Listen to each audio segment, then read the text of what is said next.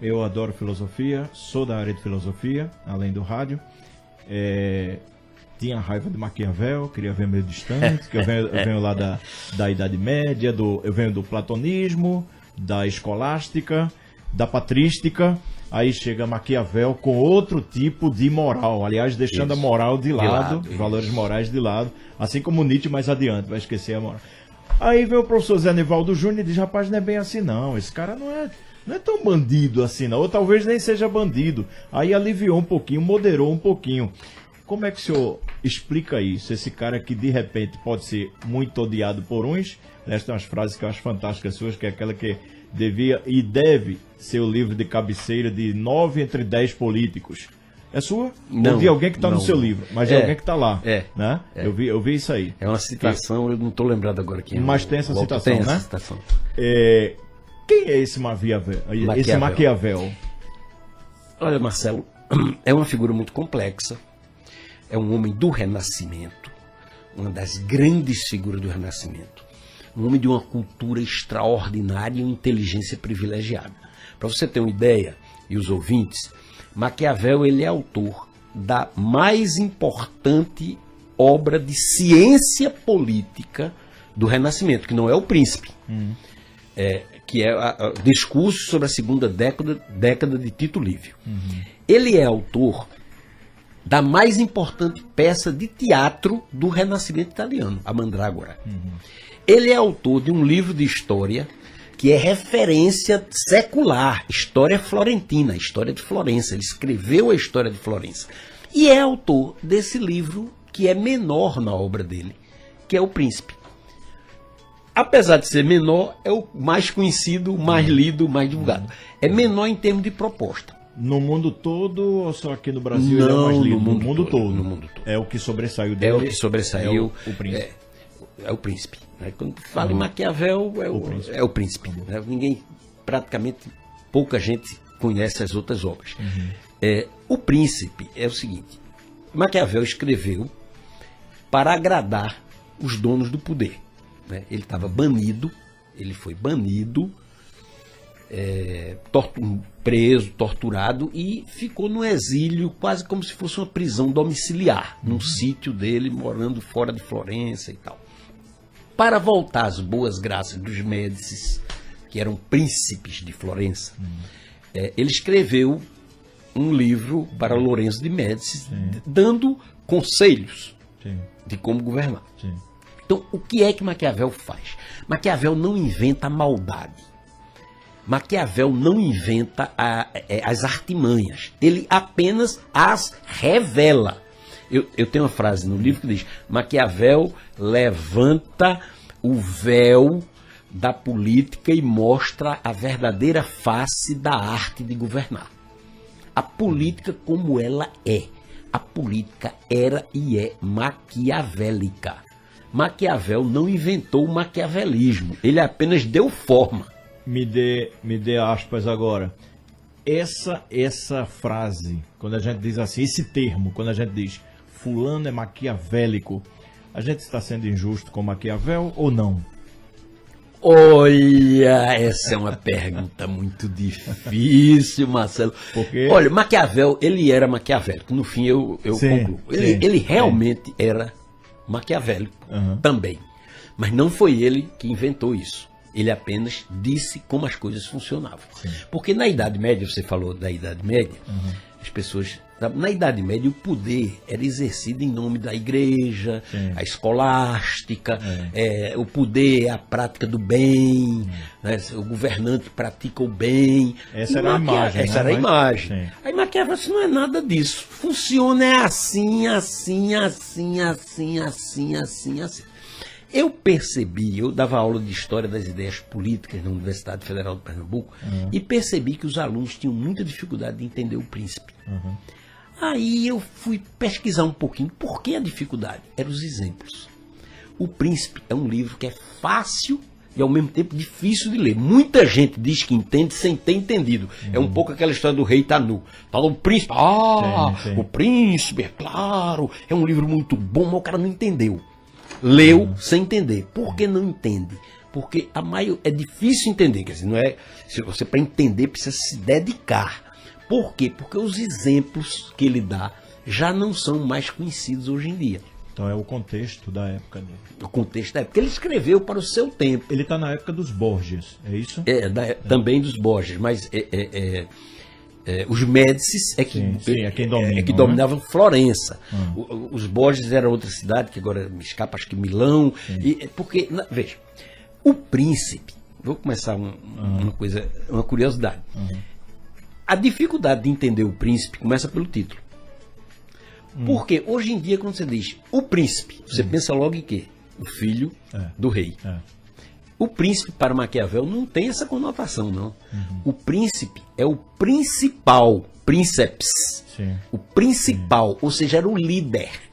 Se o título do livro fosse traduzido para os dias de hoje, era o líder. Sim. Ele pode ser qualquer um. Pode ser qualquer um. Não só o rei. Exatamente. Não, porque até Florença não tinha rei. Florença não tinha rei, Florença era uma república. E os Médicis eram os principais, eram os líderes, mas não eram reis, não tinha uma monarquia estabelecida, passada de pai para filho. Não existia isso. Na Itália renascentista não tinha essa monarquia. Né? Sequer a monarquia da igreja, que até hoje é no mesmo modo, é hereditária. Né? A única monarquia real era da igreja e não era hereditária, era substituída. A gente sabe como é que funciona. Né? Morre um papa, elege outro. Então, começa por aí, para a dificuldade de entender o príncipe. O cara já vai ler ali procurando o filho do rei. E não é isso, é o principal. Então, é um livro que serve para o poder político e para o poder empresarial também. E para onde tem o poder, os conselhos de Maquiavel, os registros. Eu prefiro botar a palavra registro. Os registros de Maquiavel são úteis. Né? Porque ele, volta a dizer, ele mostra como é a essência do poder. Meu amigo, é melhor você ser amado ou temido. Aí ele diz, é melhor você ser temido, porque os homens não respeitam quem amam, mas têm medo de quem... Então obedecem a quem temem. Ele hoje está muito atual. Continua. Mas cada dia mais. Ele deixará de ser atual? Eu acho que é preciso que deixe de existir poder. E aí já traz para o seu campo também político, do seu outro campo também. Se um dia deixar de existir poder, Maquiavel perde a atualidade. Né? Você vê o seguinte, às vezes você escreve um livro, as pessoas escrevem um livro, faz um sucesso extraordinário, 20 anos depois ninguém mais nem se lembra. Maquiavel não teve o prazer de ver o livro dele publicado. Ele morreu sem o Príncipe ter sido publicado. Repare. Depois da morte dele, é que o Príncipe veio a ser publicado a primeira edição, e ali uma coisinha pequena, restrita e tal. E 500 anos depois, a gente está falando do Príncipe.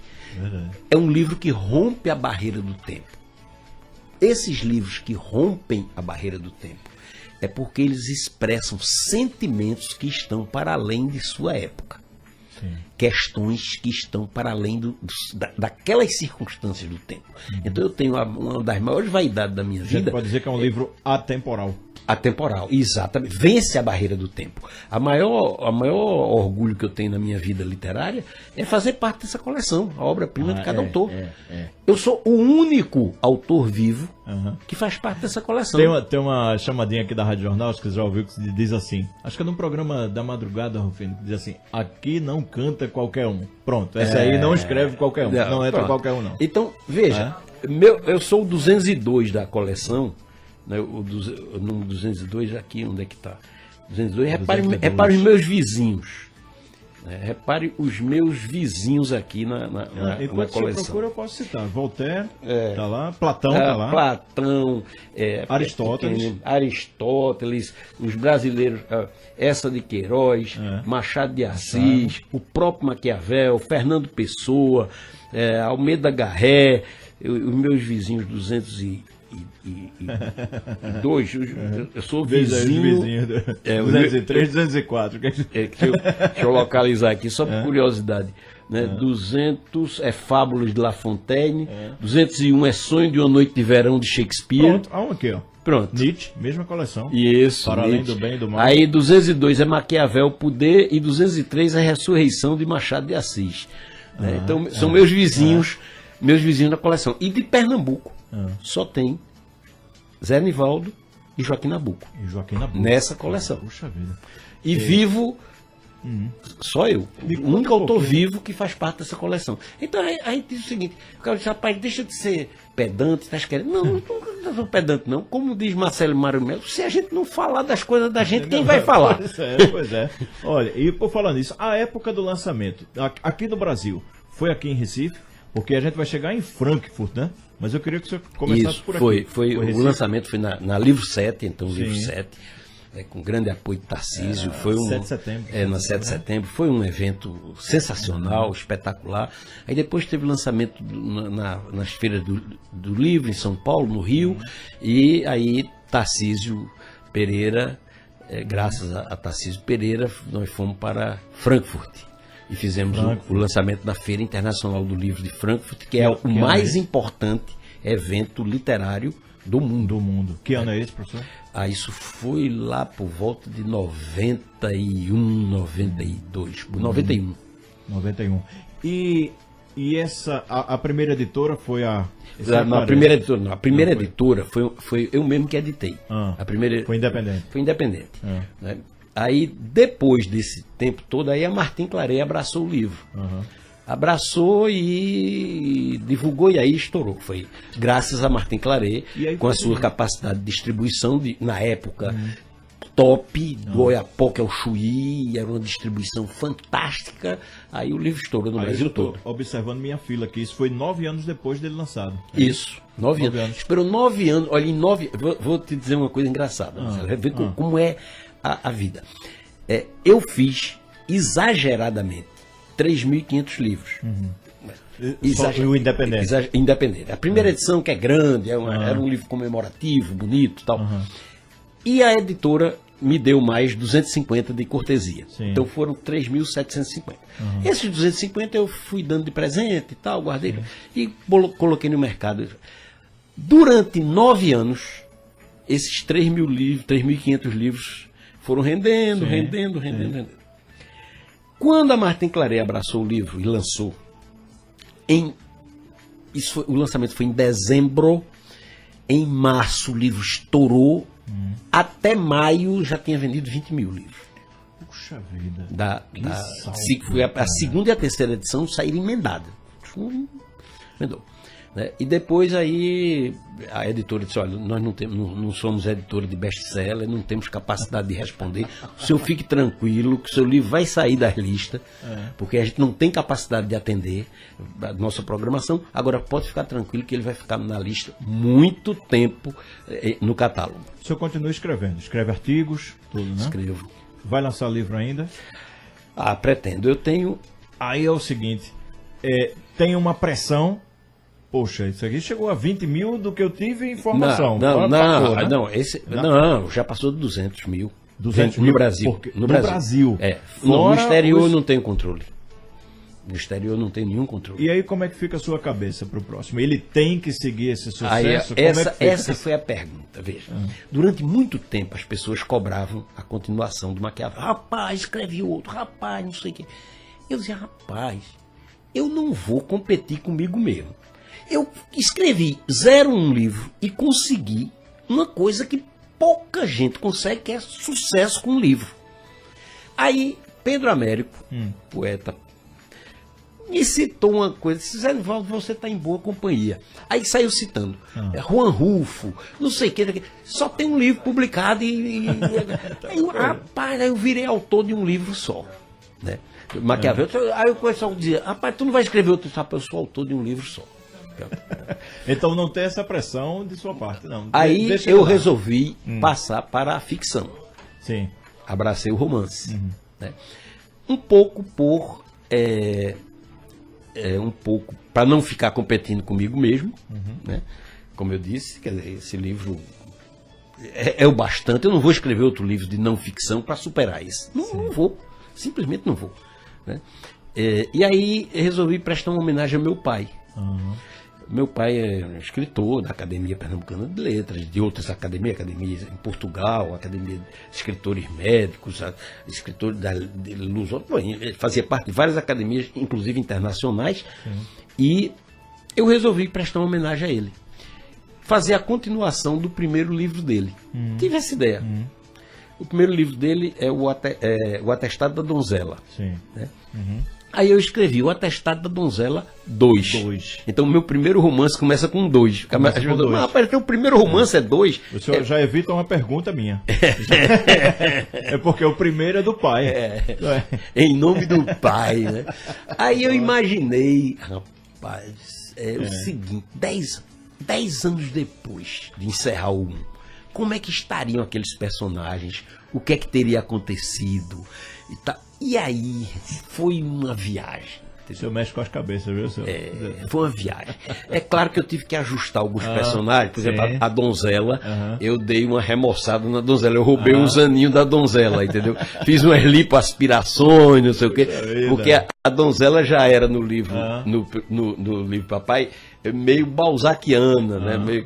E eu comi uns 10 anos da vida da donzela. O povo reclamou, porque é o seguinte... Não. Para entender, o segundo teria que entender o primeiro? Não, né? Não. Então não houve problema. Eu tive essa preocupação de tudo que se dizia respeito ao primeiro eu fazia referência. Sim. Fulano, não sei o quê, e inseria e dava continuidade. Sim. Então, é um livro com vida própria. Ele não precisa... Ele vai buscar algumas coisas chaves, os personagens, né? O enredo, é um desdobramento do enredo, mas os personagens, 10 anos depois, ganham outra vida. Por exemplo, tem um fogueteiro. Agora estou me pegando. Não, é perto de 200 páginas. Fogueteiro, você estava falando. Um personagem do livro, o fogueteiro, no livro de papai, o fogueteiro era casado com uma mulher muito bonita, né? E um milionário de Limoeiro, porque o livro se passa no Cedro. O Cedro é praticamente um bairro de Limoeiro. Né? Onde meu pai nasceu. Então, um rico de Limoeiro se apaixonou pela mulher. Né? Se apaixonou pela mulher do fogueteiro. Sim. E a mulher impôs condições. Disse, rapaz, eu vou morar com você se você fizer um sobrado para mim aqui na cidade. Ele construiu tudo e tal. E roubou a mulher do fogueteiro. Roubou a mulher do fogueteiro. O fogueteiro desesperou-se, matou o casal, né? Matou o casal e fugiu. Aí eu digo, fugiu e desapareceu do livro Papai. Fugiu, simplesmente fugiu. Aí eu peguei o fogueteiro 10 anos depois, rico.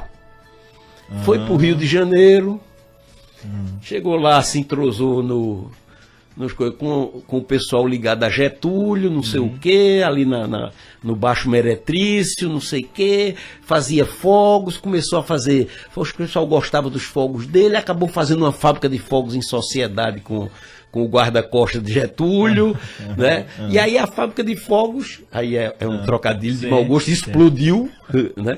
E aí ele veio fazer uma fábrica de fogos no Nordeste, na terra dele, de onde ele saiu corno, assassino e fugido.